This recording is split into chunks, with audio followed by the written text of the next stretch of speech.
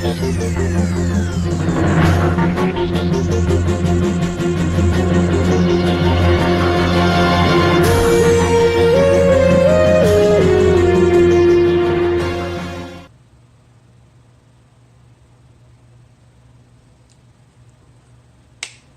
is up? It's your girl TJ. Thank you so much for tuning in to Talks with TJ.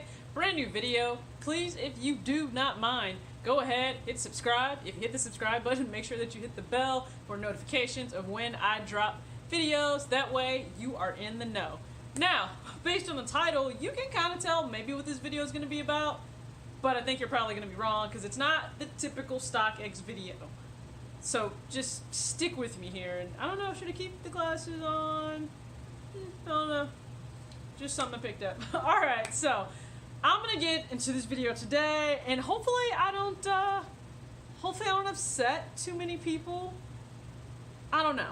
I kind of live by this motto of full offense, hashtag full offense. If I say something that rubs you the wrong way and the shoe fits, freaking lace it up and wear it. That's just how I feel. Alright? So we're gonna get into it.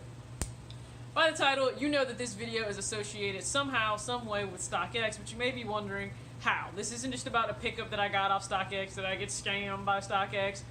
Anything like that. This has to deal with my niche and my love of personal finance itself and StockX. Now, of course, because I love personal finance, I do kind of, I don't know, actually look at the market and kind of see what it's doing. Do I own different stocks and things? Yeah, I do. One actually being Nike, yes, because I know the cliche is all the time. If you're such a sneakerhead, why don't you just go ahead and own stock in the company versus buying all the shoes? Okay, well, geniuses, yes, I am one of those people that actually does hold stock in Nike, so I can care about what's happening in the market, not just in the StockX market, but actually what's happening with the stock symbol NKE itself. Thank you. Okay, so we know what StockX is if you're into sneakers. If you don't know what StockX is, pretty much it is like the replica of, let's say, an actual stock market, but for sneakers. So you're actually able to see how sneakers are doing on the resale market itself. I love the site. I love checking it just to see kind of what it is doing. I've not bought anything on there myself just yet, but I do plan to. I have quite a few shoes on my follow list, if you know, on there. There can be shoes that maybe you're interested in getting somewhere down the line, so you can add them to a follow list for your size, and you can even get alerts on when this shoe is going to hit maybe a certain price point where you would want to buy.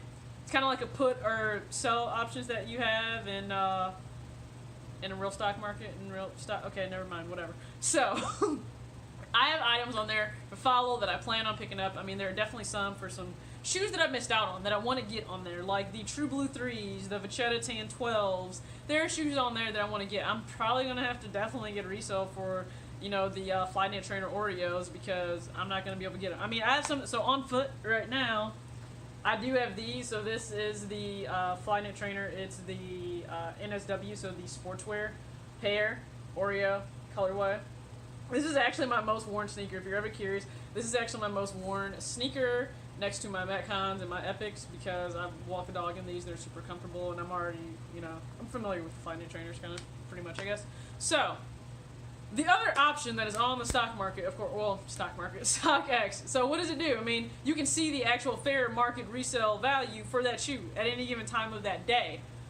But it also has this awesome feature where, based on whatever shoe you have in your collection, you can add that shoe based on your size, when you bought the shoe, what you paid for the shoe, and what condition the shoe is in, if you're honest.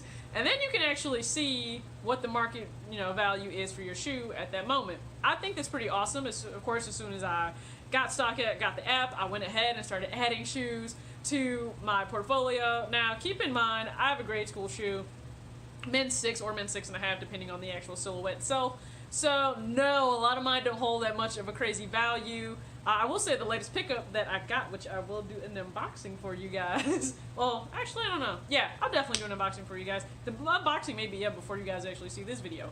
But that added quite a bit of value to my portfolio, because, hell, the shoe was going for like $1,300, even in my size. If you can't tell, I got the off-white UNC one. There you go. So it added quite a bit to my portfolio. So mine isn't, I mean, crazy high. But I started thinking about this the other day. And this is an honest question. I just want you to ask yourself, just in your head. You don't have to do it, out loud. You don't have to disclose this to anybody. I'm not trying to call anybody out. I'm just trying to make you think. Be a little bit more self-aware when it comes to personal finance and money and this whole sneaker thing. That's all I'm trying to do.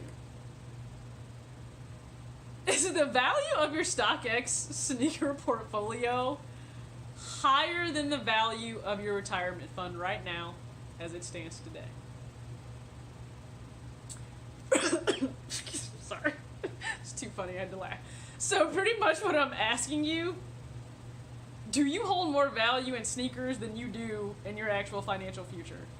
Because if you do, you need to stop and reevaluate some things right now. I mean, I could pose another question. Is your StockX portfolio value higher than your current savings account? But I feel like a lot of you would give me a side eye and be mad. So I won't pose that question. I'll just reference it in relation to your actual retirement. That can be a 401k, 403b, Roth IRA, traditional IRA. I don't care what it is. All I'm asking is, are you really placing more value in a shoe? A shoe versus your financial future. Like, don't get me wrong. Yes, you can sell this shoe and you can make money, but first off, with inflation, the actual value of your money continues to go down. I mean, it's fiat currency anyway. It's backed by nothing. We're not even on the gold standard anymore. So, a little bit of history for you. So, what are you holding it in? And I love sneakers. We all know this. I lie to myself all the time saying I'm not going to buy so many. And it's a lie, all right? Listen, the Be True Zoom Flies, let's just consider that it's going to be bought. I'm still going to try for the Off-White Prestos, and then maybe I'll lie to myself again and say I'm not going to really try for a whole lot more until, who knows, August. So, I'm being comical, but I just want you guys to think about that in relation to your financial future. I mean, just be smart. The number one thing you should always be thinking about with your money is paying yourself first, which means saving.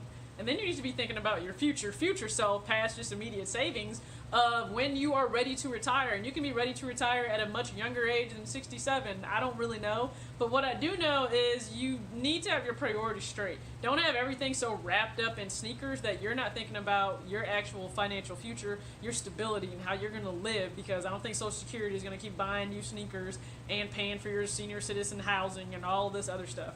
So be smart. Don't be that person that holds so much more value in just a thing versus your actual net worth. Like, think about that. So this isn't to call you out, but I'm just saying, be the person that actually does own stock in the company that you support in terms of sneakers. Invest in what you know. What do you know? If you're a really big sneakerhead, you know sneakers. I mean, all the time. I'm not even joking you. My husband will see me viewing sneakerhead other YouTube channels, and he'll see these massive collections that are 1,000, 2,000 sneakers, and he's like, I really hope this dude either has a perfect, like, not perfect, but really high 800 plus credit score, or I really, really hope this dude has a ton of money in savings. And I'm like, I don't know that person's situation, but there's a chance a lot of you have, a faux portfolio on StockX that's valued higher than your actual 401k, and I would say you definitely need to change that, like, now. So don't get mad at me. Just do something about helping future you. How about that? All right? That's all I'm saying. Thank you for watching.